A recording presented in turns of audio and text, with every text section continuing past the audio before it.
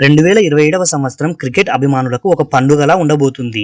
ఏడాది పొడవునా విరామం లేకుండా బ్యాక్ టు బ్యాక్ అంతర్జాతీయ టోర్నమెంట్లు మరియు సిరీస్లతో ఈ క్యాలెండర్ నిండిపోయింది. అయితే 2027లో జరగబోయే ప్రధాన క్రికెట్ ఈవెంట్ల గురించి మాట్లాడుకుంటే జనవరి నుంచి మార్చి వరకు భారత్ మరియు ఆస్ట్రేలియా మధ్య అత్యంత ప్రతిష్టాత్మకమైన బోర్డర్ గవాస్కర్ ట్రోఫీతో ఏడాది ప్రారంభం కానుంది.